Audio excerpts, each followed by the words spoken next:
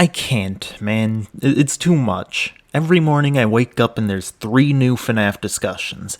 I want to make a phone guy analysis, movie. I want to make a timeline, help wanted to. I wanted to make game realization into something special, but the goalpost just keeps moving. Maybe some things would have been best left forgotten. Hello Internet, welcome to Game Realization, and a very late farewell to MatPat. Enjoy your retirement, sir. My plans for Game Realization were simple. I'd take lingering mysteries from earlier points in the series and I'd try to solve them based on the lore that existed at the time. But it's entirely too overwhelming and I'd just feel better if I just distanced myself from FNAF altogether. I don't plan to leave you empty-handed though. I had a timeline fleshed out and I'm ready to skip to the end, while brushing on the videos that won't see the light of day. So let's get into it.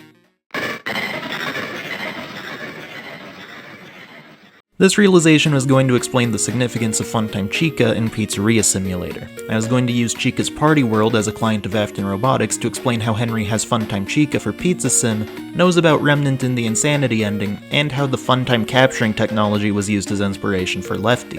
The idea was that after FNAF 1, Henry made a fake restaurant for the sake of getting an Afton robot to learn what William was doing. He would have pieced everything together using the Afton Robotics blueprints shown in the Insanity ending, and upon realizing his daughter was still out there, he'd use the same tech that caught Elizabeth by mistake to capture Charlie on purpose.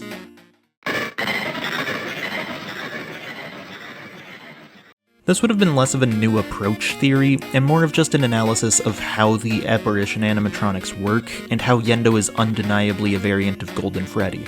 But given the Andrew versus Cassidy debate, and the fact I can't mention FNAF 3 without people yelling at me about how what we found discredits everything I say, I probably would have scrapped this video anyway. The only detail I really wanted to address was the way that Yendo breaks the oxygen meter the same way that the Phantoms break the ventilation system.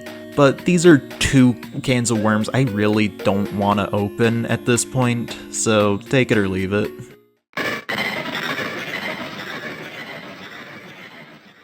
This realization would have revisited the idea of the Shadows being actors who died in Springlock failures. Shadow Freddy acts as a leader for the missing children to avenge themselves, and RXQ, with its obscured name, would take a comforting role in correcting the wrongs that the killer has done wearing the Spring Bonnie costume. I wanted to explore the idea of good Fazbear Entertainment employees, who after death would have to watch firsthand as the killer uses the Springlock costumes to hurt the children they used to make happy. I also had the generally baseless claim that the Paper Pals were old decorations from Fredbear's Family Diner, representing Fredbear, Spring Bonnie, and you as the customer. The claim has no real lore to back it up, but after Springlocks are decommissioned, the new character for the roster would be based on the 3rd Paper Pal, and it would all come to a close in Ultimate Custom Night where XOR, the final Shadow animatronic based on the Paper Pal child, would play a part in the killer's eternal punishment. This was going to be my penultimate realization, and I pulled out all the stops for it.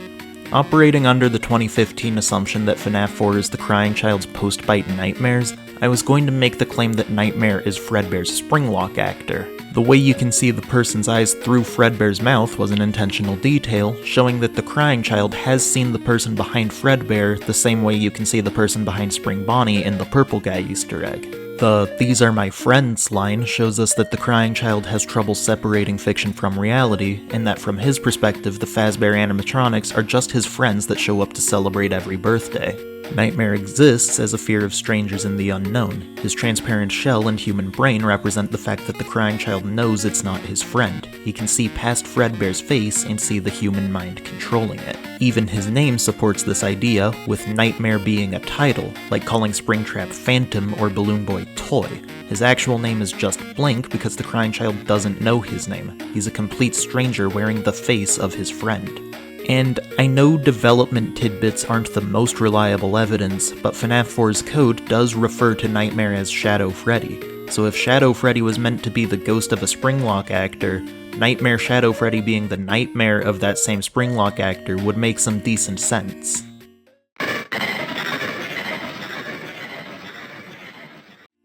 And here we are, the final piece, the complete puzzle. The one thing that can't be invalidated before I throw my hat into the ring. The one thing that Scott has completely abandoned. The contents of the box. This realization will restrict information to Five Nights at Freddy's 1, 2, 3, 4, Halloween Edition, World, and World Update 2. Every claim that I make will have roots in the first 4 games, but FNAF World features a lot to supplement this theory. And when I say I'm restricting my information, I mean it. There is no Circus Baby, there is no Mimic, and there is no William Afton.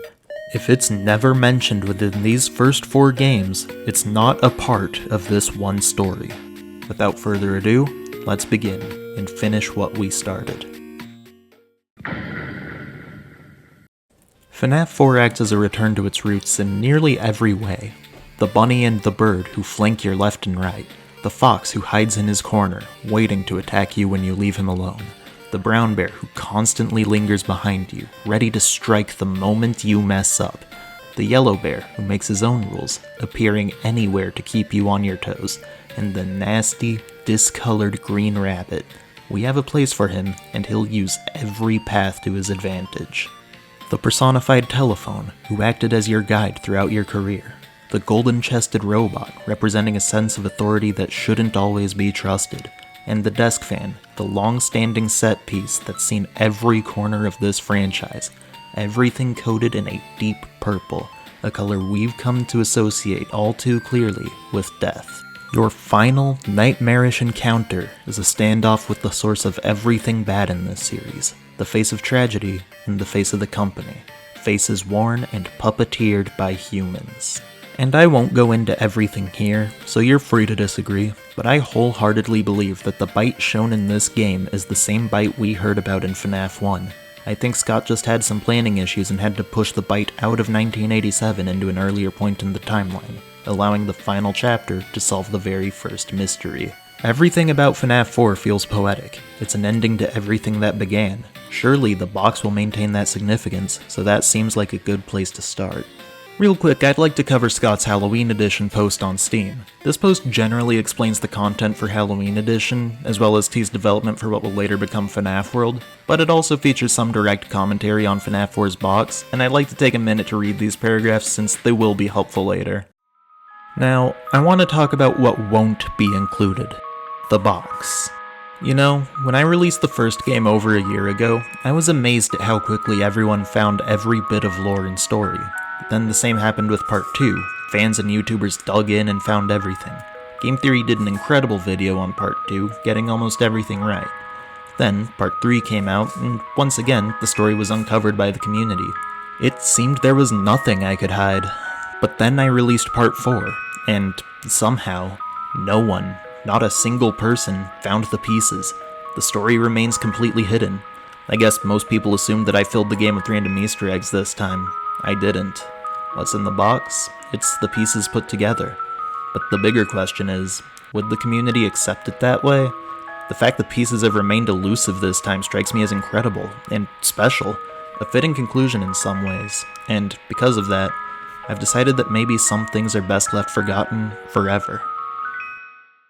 I wanted to read that excerpt for a couple of reasons. First, the box being mentioned alongside teasers for FNAF World lets us know that it was still on Scott's mind during development, even if he wouldn't open it. Second, the way Scott talks about the community in the box helps us get an idea of how Scott felt about the box's contents. The way he's skeptical of the community's acceptance and willing to accept the people's ignorance as a better conclusion tells us that, while solvable, opening the box would ultimately feel a bit sour. Now that we've covered the general tone of what's in the box, let's try to find something more tangible. What kind of object would physically be in the box? Let's address the biggest elephant in the room, the Scott hints. We all know the story at this point. MatPat hosted a major theorist livestream in the peak of FNAF 4 speculation, and Scott started updating his website in real time to feature 3 new messages. It should go without saying that 4 games 1 story is the most applicable to the box.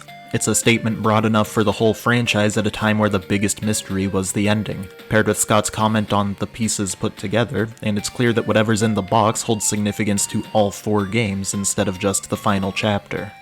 An easy answer is that it's some Fazbear memorabilia, the office cupcake, some wall drawings, the Brothers Foxy mask, stuff like that, but it all feels a bit disconnected, and if it's meant to be the end, then there needs to be a more satisfying answer. I'd like to go back on my previous comment about FNAF 4 being a return to form, because honestly, something's missing, and solving this something might just be what's locked inside the box. At this point, you might be lost. FNAF 4 seems to have it all. The phone guy, the purple guy, something on the desk of every security guard, and a complete batch of nightmarish animatronics accurate to their original behaviors. What else could there be? Think long and hard about it. Something was consistent across every game until this point. A sight we're all too familiar with. One of our earliest sources for the lore. Something that was always there to ease us into the game and to ease us out. A newspaper. Our introduction to Freddy's and the tragedies that come with it. There was one at the start of FNAF 1, there was one for the start and end of FNAF 2, same with FNAF 3, and yet there was nothing for FNAF 4, because I believed it was locked away at the very end. It's the pieces put together, a full depiction of the story, put into words on a vessel small enough to fit in the box. And this is a fitting conclusion on its own. It's the end card we've never gotten in a format synonymous with the series, but I'm willing to go a step further. I'm willing to look further and make what I think is a damn good estimation of the article we would have gotten. Right off the bat, it's easy to say that the news article would be in regards to the bite, and while that would be a satisfying conclusion to FNAF 4, I still think it's worth looking a bit deeper. At this point, I think it's worth going forward into FNAF World. I promise I can tie it all back to the mainline series, but it'll be easier to work backwards from here. It should go without saying that FNAF World is a spin-off title, but it does have some shockingly relevant moments, namely through the clock ending. For those of you unaware, FNAF World has an ending dedicated to waiting at every story beat, in which you'll be met with a glitched 8-bit Fredbear who tells you to ignore the surface-level adventures and that the only thing that matters is to find the clocks. This cryptic flipside Fredbear should immediately strike you as important, but if he doesn't, following his orders should change your mind. 5 clocks will spawn across the overworld in response to his various interactions, and collecting them will bring up small minigames. Once you've found all the clocks, a new portal will open in the overworld, and upon entering, you're given an ending. We are still your friends. Do you believe that? The pieces are in place for you. All you have to do is find them. Rest. Pairing this with the opening cutscene of FNAF World, everything that happens out there has an effect here. Do you understand? This is a safe place. This is a sanctuary. But something has gone wrong. Now it can be seen here. Something went very wrong. That's why I'm here. But I won't let the same happen to you. I will put you back together. And we start to see how this is significant. These cutscenes tell us that FNAF World exists in response to some external event, and with the references to FNAF 4's ending, it becomes increasingly obvious that this is the result of the bite, an accident that happened out there in the mainline series, and now FNAF World exists as some form of closure. So we can make some pretty solid connections between FNAF World and the ending of FNAF 4, but we can also take it one step further. The 5 clock minigames actually correspond to each of FNAF 3's good ending minigames, so we've suddenly been given 2 separate games that are directly connected through FNAF World. So now that we've thoroughly established the significance of the clock ending, I'd actually like to backtrack and take another look at said ending. We are still your friends. Do you believe that? The pieces are in place for you. All you have to do is find them. Rest. It feels entirely lackluster, right? The game hypes it up as if it's the true ending, and it's obviously connected to the mainline games, so why does it feel so unceremonious? No big fight, no unique flair, it just tells you that you can solve it and you're supposed to? That can't be right. It's clearly missing something, and just like FNAF 4 and its missing newspaper, it's something we can reverse engineer. Let's go back to the start. We wait for Flipside Fredbear's initiative, and we're off to find the clocks. The first clock features Balloon Boy, just like the drawing that lets you into BB's Air Adventure. Clock number 2 has the arcade code for Mangle's Quest. The third features the 4 shadow cupcakes for Chica's Party, and the fourth clock has the wall tile code for Stage 01. The final clock features RXQ, whose desk figure puts you in the glitched minigame. Once you collect all of the clocks, a portal spawns for triggering the clock ending cutscene. And I shouldn't have to hold your hand in telling you that Happiest Day is conveniently absent in all of this, and that's the exact point I'm getting at. The clock ending is about leaving Breadcrumbs, helping him find his way. Every breadcrumb is a step taken towards Happiest Day, so surely this ending provides more closure than it seems. And I promise we'll be getting back to this trail of breadcrumbs soon, but I need to take a quick detour and clear up a surprisingly common misconception of FNAF 3's good ending.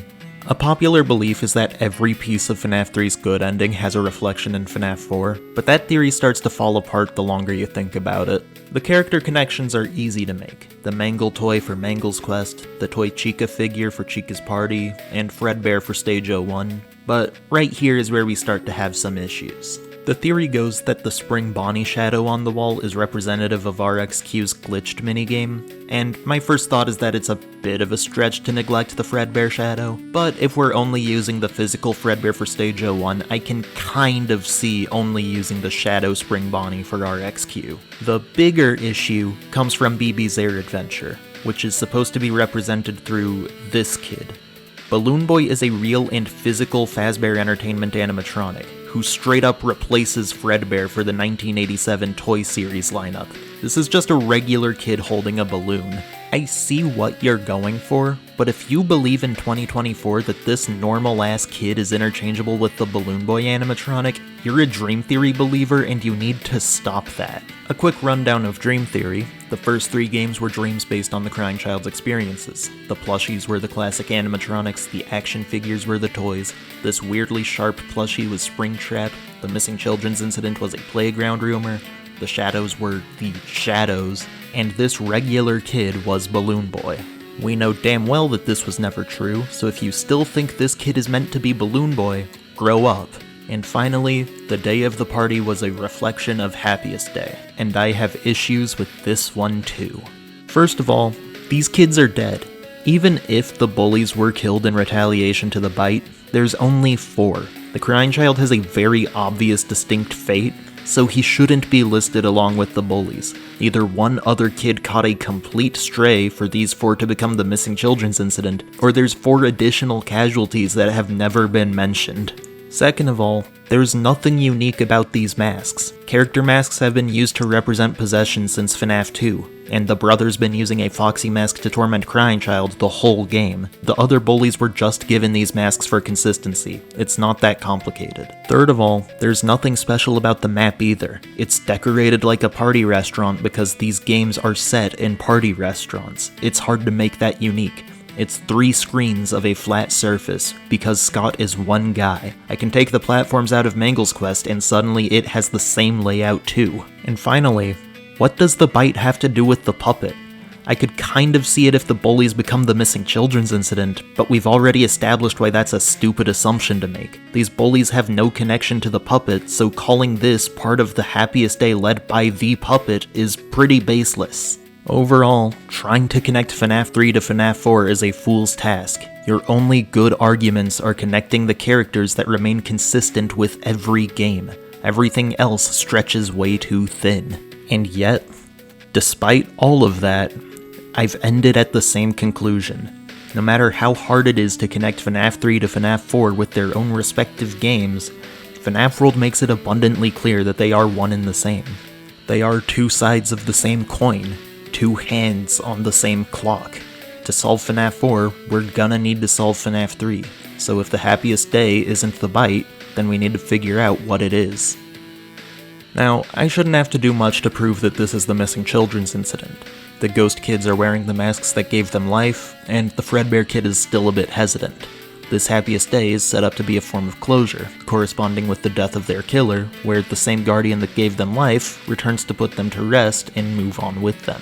It's a beautiful story, and many considered this to make FNAF 3 a satisfying ending for the franchise, but there was still one final chapter. For some reason, Scott didn't consider this to be enough, and FNAF 4 needed to fill in the gaps. I personally consider FNAF 4 to provide closure for the bite we heard about in the first game, albeit altered to fit better in the timeline, but again, what about the box? FNAF World keeps tying Happiest Day to FNAF 4, but we got all of our closure in FNAF 3. Why would FNAF 4's biggest mystery just be something we solved in the previous game? I wondered the same thing, but there's one last detail that I think can solve this question. Enter FNAF World Update 2. FNAF World has always been a problem child for the series, but while it was rushed to release and poorly received, Update 1 did do a good job as the send-off it was meant to be. Update 2, on the other hand, is where it gets a bit stranger. Update 2 was designed to help ease us into the new continuity that was fresh in development, but it still had to fill its original role from Update 1. This is where I believe it can be useful to our case. Update 2 featured a new line of characters for the roster. Jacko Bonnie, Jacko Chica, Nightmare BB, Nightmarian, Purple Guy, Anim Dude, Mr. Chipper, and Coffee, since there definitely was no other existing FNAF character that should have been represented. Along with being a new cast of overpowered teammates, this new batch of characters can be found spread around the Halloween backstage environment, usually featuring some insight to their unique unlock requirements. These simple interactions are where our answers can be found. Meet Purple Guy, the villain of the franchise. Other than his jarringly different art style and insanely out-of-character moveset, Purple Guy has one of the most fascinating strings of dialogue this update has to offer. Don't confuse me with the actual Purple Guy, I'm just a game sprite. Did you know there is a secret path that leads to this graveyard from the very beginning of the game? And this one line has been dissected in all of the wrong spots. Most people look for significance in the first half of this statement, the implications of an actual physically purple man being foreshadowing for a character that's yet to be introduced, but they all miss one crucial detail. Purple Guy isn't a description. At this point in the series, Purple Guy is the name of our Fazbear killer. By saying he's not the actual Purple Guy, he's saying, I'm not the man that killed those children, I'm just the avatar used to represent him. The bigger issue actually comes from the back half of this interaction. Did you know there is a secret path that leads to this graveyard from the very beginning of the game? No, there isn't. This statement is redundant at best and straight up false at worst. Let's really analyze this. There is, in fact, an obscurely hidden path to the Halloween backstage area at the start of the game in Fazbear Hills, but it's also the only path to the Halloween backstage area in general. If this claim is in regards to the Desk Man and Fredbear's portal, Purple Guy shouldn't need to tell you about it since you had to take that path to talk to him in the first place. Also, Purple Guy says this graveyard, which is even worse, since you don't even enter through the graveyard. There's only one existing path to the Halloween backstage area, and there's no way to break the portal to spawn you in the graveyard. Why would this interaction need to exist? And then it hit me. We're talking about FNAF World. This game is designed around breaking its boundaries as a video game. Scott loves to do meta shit with his franchise, and this game should be no different. Fazbear Hills isn't the beginning of this game. We're expected to look another layer deep, and that's where we'll find our answers. To a creator, the beginning is development. To a consumer, the beginning is the download. On both ends of the spectrum, the beginning of a game is putting the files on your computer. The files have a secret path to this graveyard, and this is what it looks like. The box from FNAF 4, unlocked and opened. A render that's existed in these files since Update 1. Connections of FNAF 3 and 4. A happiest day and a terrible occurrence. 6 lone gravestones and the face of a killer. These 4 games share a single story of tragedy, a series of crimes and accidents, what should be a place of joy, unable to escape the agony that follows it. And it is with this perspective that I will be reading my interpretation of the things we've left forgotten. Mystery solved. Missing children found. Following reports of several break-ins at condemned pizzeria, police investigated and found broken remains of once beloved animatronics. Among the dismantled characters were several traces of human remains. Autopsy reports identify the remains as and who went missing in this restaurant several years ago. While there is no evidence to confirm, it is safe to say who went missing with these children met a similar fate, and it is with a heavy heart that we finally announce these children as deceased. Upon further investigation, another body was found mangled inside an animatronic shell. This body was identified as who was a suspect of the original incident. I'm more than well aware of the lore issues that would have come with the killer being found over 20 years before FNAF 3, but I did that on purpose. I didn't want to truly solve it. What's in the box? It's the pieces put together. The characters of our longest-standing crime scene, all officially recognized under one single document. The question is, would the community accept it that way? And honestly, no, we wouldn't have. We didn't want to have our answers. We wanted to find them. It's me, crying children, moving paper pals, pills and flowers, endoskeletons, balloon girl, Shadow Freddy, Shadow Bonnie, Golden Freddy, Golden Bonnie, Golden Cupcake, Golden Toy Freddy, Phantom Bonnie, Chrome Freddy, Nightmare JJ, Sparky the Dog, Purple Guy Animatronic, and Gray Puppet. We used to have fun as a community. Nothing was off limits because we didn't know where the limits were. And opening the box would change that. We could have our closure, but then what? The fact that the pieces remained elusive that time was incredible and special. We got to keep playing with our mysteries, and in that way, it was a fitting conclusion. I believe that the 6 gravestones was a deliberate choice. Tragedy tended to strike in 5s or 1s, so this could have been seen as any combination. Missing children and the killer, missing children and the phone guy, save them and the puppet, save them and the bite victim. The pieces were in place for us to find our own answer, because that's when we'd be happiest. And of course, in keeping our blissful ignorance, the story had to continue and give us more mysteries to play with. And through this seemingly endless expansion, we saw a subtle return to our roots. 6 lone gravestones, best left forgotten in their box. Trying to solve this series is an impossible task, but that's not to say there's no fun to be had in trying. If any of those scrapped videos sounded interesting to you, I'm more than welcome you to explore them further. I'd love to see my realizations fully realized. I have one final FNAF video planned, diving deeper into the Bite of 87 versus the Bite of 83, and I hope to get that to you soon. Beyond that, I have a new series in mind for you guys that you may recognize from my taste in music. Like always, whether you agree with me or not, just keep in mind that I've had this realization. This game realization. Thanks for watching. And thank you, MatPat. I wouldn't be making this video without you.